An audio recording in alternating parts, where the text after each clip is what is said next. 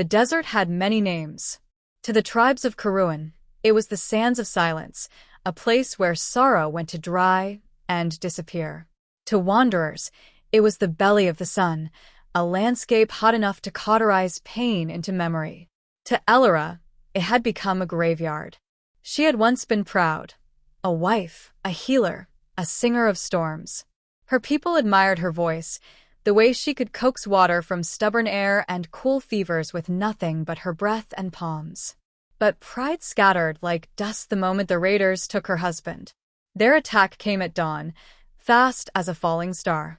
They overwhelmed her tribe, stole food, killed anyone who resisted, and left her husband bleeding in the sand. He died whispering apology for failing to protect her. The tribe blamed her for not saving him. Her ability, they said, was weak. Her touch brought no miracles. Her voice summoned no storms. So they dragged her into the desert, left her with no water, no food, no shelter. "Let the sands decide," her chieftain said. Those were the last words she heard before the dunes swallowed his silhouette. For 3 days she wandered. On the 4th, she stopped wandering. There was no strength left. Her skin cracked. Her lips burned. She felt herself dissolving into the desert, grain by grain. She lay curled beneath a dune's broken shadow, dust settling over her like a burial cloth. The desert wind hummed low, as if singing her into death. Her eyes closed. The human arrived like a rumor. He had been walking for hours, wrapped in a sand-stained cloak made from starship emergency fabric, its edges fluttering as if trying to escape him. His boots were shredded, his lips chapped, his hair frosted with sun-salted sweat. He scanned the horizon with the slow, weary patience of someone who had been lost far too long. His name was Cale Rowan, a human geologist from a crashed expedition team. Elora did not know this yet. She only felt something. Footsteps. Faint. Careful. Approaching. Her eyes cracked open. Light stabbed her, but a shadow leaned over her.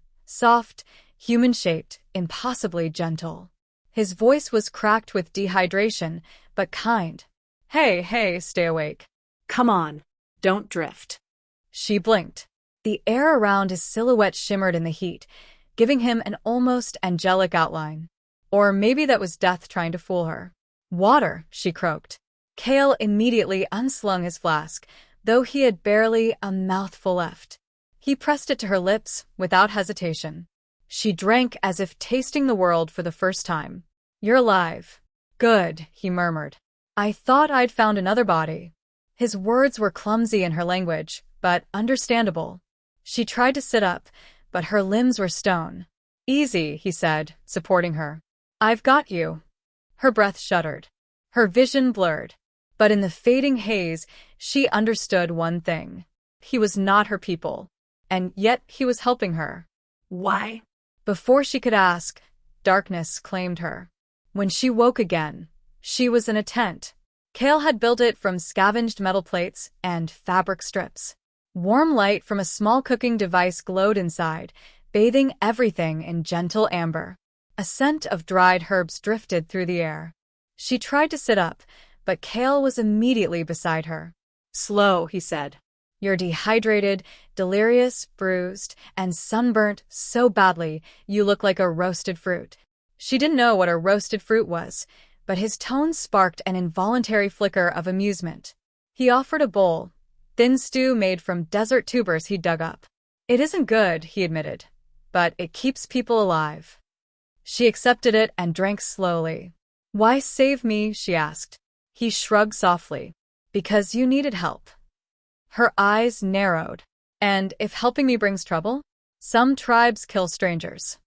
"Then I'll run really fast," he said, deadpan. She blinked. Was this human making a joke? She didn't know how to respond. "My name is Cale," he added quietly. "What should I call you?" "Elora." She expected him to mispronounce it. He didn't. "Elora," he repeated, voice gentle. "Good. You're safe now." Safe. The word felt foreign. Hours stretched into a day. Cale spent it filtering sand for moisture, cooking, reinforcing the tent, and checking the solar panels he'd salvaged from his ship. Elora watched him, puzzled. You speak as if you were alone, she said finally. I am, he answered without looking up. My shuttle crashed. The rest of the team didn't make it. Her heart stung softly. Loss recognized loss. I'm sorry. He nodded, accepting her sympathy, but not dwelling on it. But I wasn't planning on dying out here. And I definitely wasn't planning on letting you die. Something in her chest warmed. Why? She asked again, more insistently.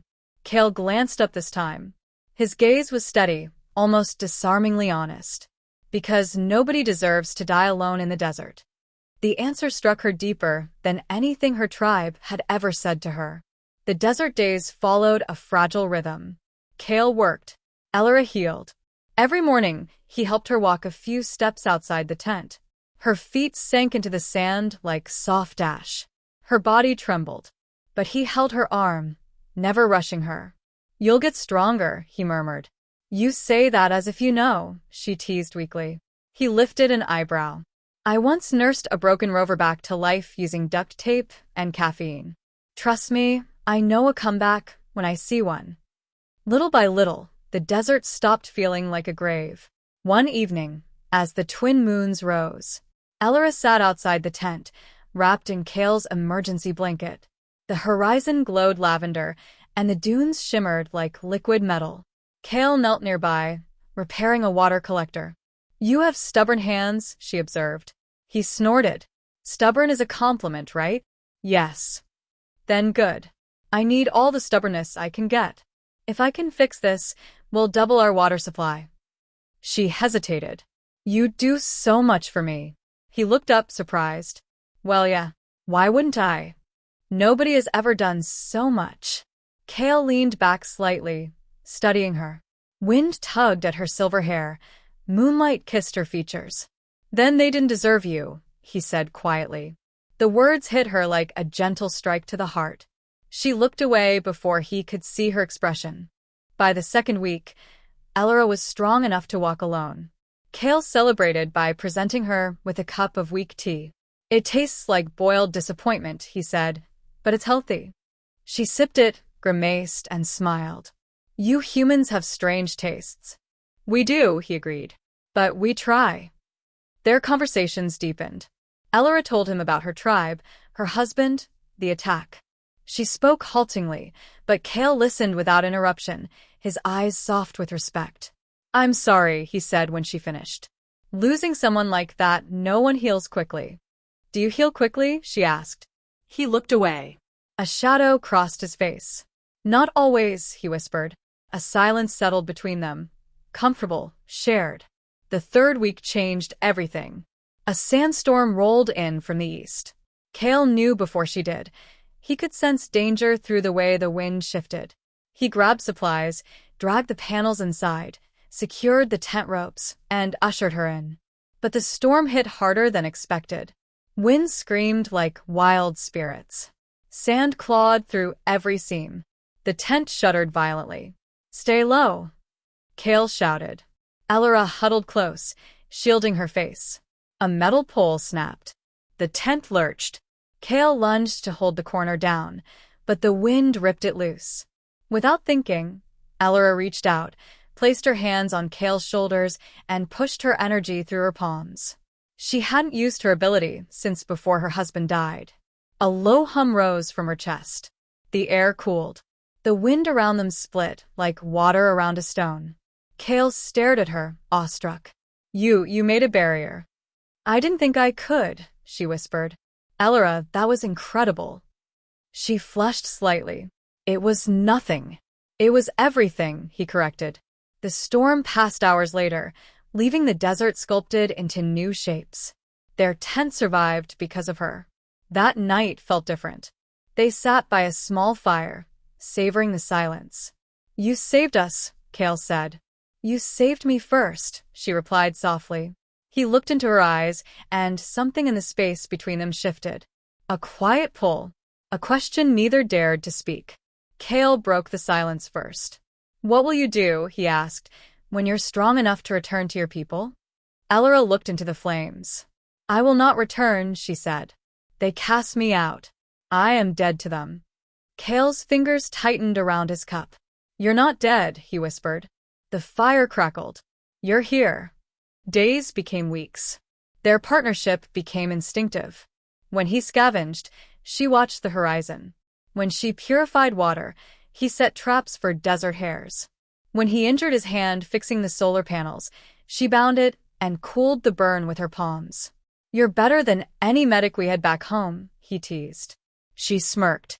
"Your medics must have been terrible." "We lost one to a spoon accident," he admitted. Her laughter rang through the tent like wind chimes. The turning point came unexpectedly. They had climbed a rocky outcrop at dusk, seeking a vantage point for mapping possible rescue beacons.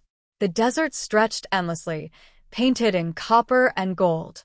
Elora closed her eyes, feeling the breeze comb through her hair. "You like heights," Kale said. "They help me breathe." He leaned against a rock. "This place is beautiful. Brutal, but beautiful." "It hurts because it is honest," she murmured.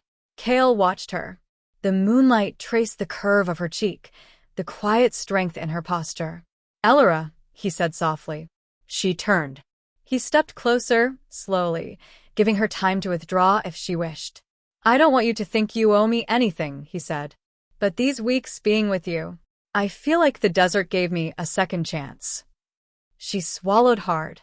"You gave me one." The air tightened. Kale reached out, not touching her, just offering the space between them. "I care about you," he said. Her breath trembled. "And not because I saved you, but because you're brave and wise and stubborn and kind. I care in a way I haven't cared for someone in a long time." Elora stepped closer. Her hand brushed his. A spark traveled up her arm. "I care for you too," she whispered. "More than I should. More than I ever expected to again." His eyes softened. "Then stay with me," he said. "Not because you have nowhere else, but because we're better together." She looked up at him, really looked. Kale, the human stranger who found her dying. Kale, who shared his last drop of water with her. Kale, who listened, laughed, healed, survived. Her heart made its choice long before her mind did. "I will stay," she whispered. 2 months later, the desert witnessed something new. A ceremony as simple as breath, as humble as the dunes. Elora and Kale stood hand in hand in a valley of shimmering blue stones. She placed her palm on his chest. He placed his on hers. Their vows were whispered, not shouted.